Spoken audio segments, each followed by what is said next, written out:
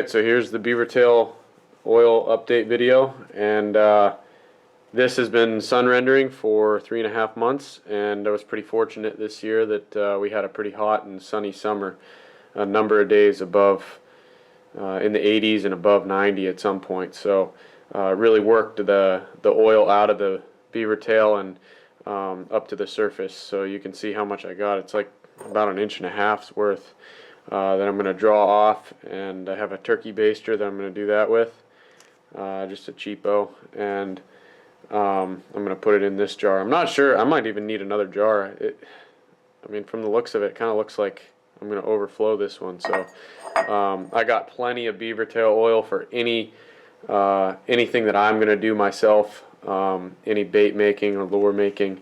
So I might give some away to some of my other trapping friends and see how they do with it, and I'll definitely have plenty for the future. So.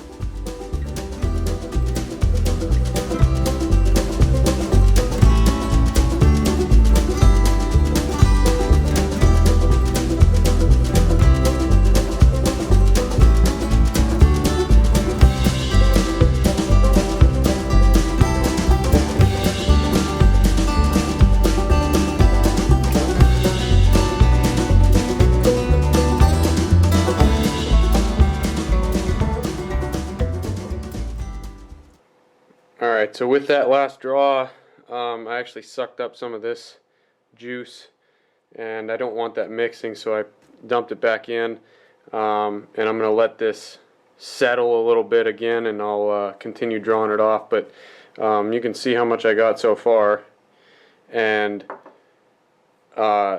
it appears like there's a lot left in there, but there's actually little bits of beaver tail that are submerged in there, so it's displacing a lot of that liquid, and it looks like there's a lot more left than there really is. But I should be able to get a couple more draws off that, and maybe top off this jar.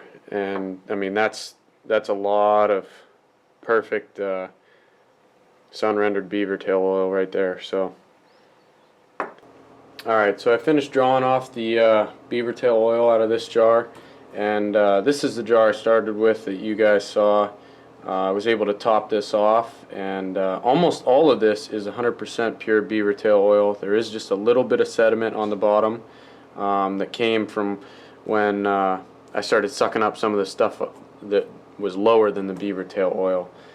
When I started to do that, I decided to switch to this jar, and at that point I wasn't as cautious or careful about only sucking up the beaver tail oil. I just wanted to get all the beaver tail oil out of here and didn't care about sucking up anything else. So you can see this one has a lot more sediment in it, but over time this should all settle as well, and I should be left with a small layer of beaver tail oil at the top of this as well. So anyway, that's not to say any of this other stuff isn't a good attractant for canines or predators. I know a lot of trappers, after they make the beaver tail oil, after they render it, they'll take the chunks out of here and throw them down a dirt hole. They'll put them in a bag, freeze them till trapping season, and use them across their line during trapping season, which is probably what I'm going to do with this stuff also. But this black, thick tar-like oil is the money out of what we're doing here. So I was able to get a whole jar of it, and really all I used 3 larger tails and 2 smaller tails. That's about it, and I was able to produce this much oil. That'll last me a few years for sure, experimenting with different baits and lures. So pretty excited about that. As far as the smell goes, I want to talk about this for a second. This is the beaver tail oil that I rendered on low heat, and I get a lot of questions about how do you do that.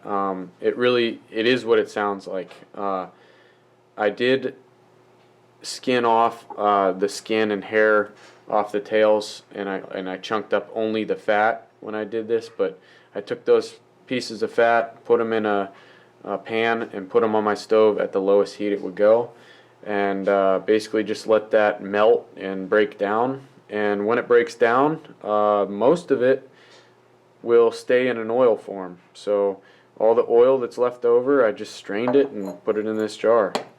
And this stuff has a really, really mild smell. I could literally take this lid off, put it in front of my nose, and smell it all day long. Wouldn't bother me one bit. So it kind of smells like cooked fat. It's hard to explain, but it definitely has a 100% completely different smell than this stuff. But I did use this in a bait and lure that I made last year, and I had some success. I caught a coyote and 2 fox with it. So like I say, I did have some success with this. I'm not sure if this was the main contributor or a contributor at all, but it didn't hurt, and you know, it was fun trying it out. So this stuff is supposed to be a lot better, have a different smell.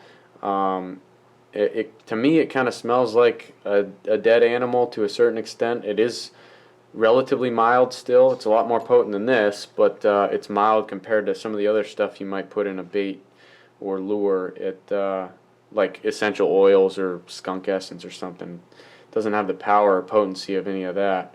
I can stick my nose over this jar, take a big whiff, and you know, it doesn't set me back or sit me down or anything. It doesn't smell pleasant by any means.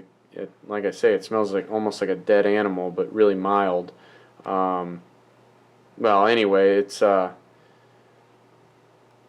when you're working with canines, it's like most of the things that attract a canine don't really smell pleasant to a human being anyway. So I'm excited to work with this stuff and experiment a little bit on my trap line and making baits and lures. I think for me, there's definitely a little bit more satisfaction, and when I make the set, I bed the trap, I dig the dirt hole, I put my a bait that I made or a lure that I made in the dirt hole, and I catch an animal that way.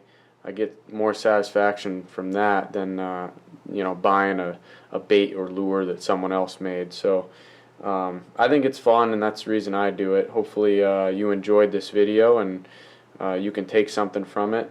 If you do make some beaver tail oil and you experiment making your own baits and lures, I'd love to hear any success that you have.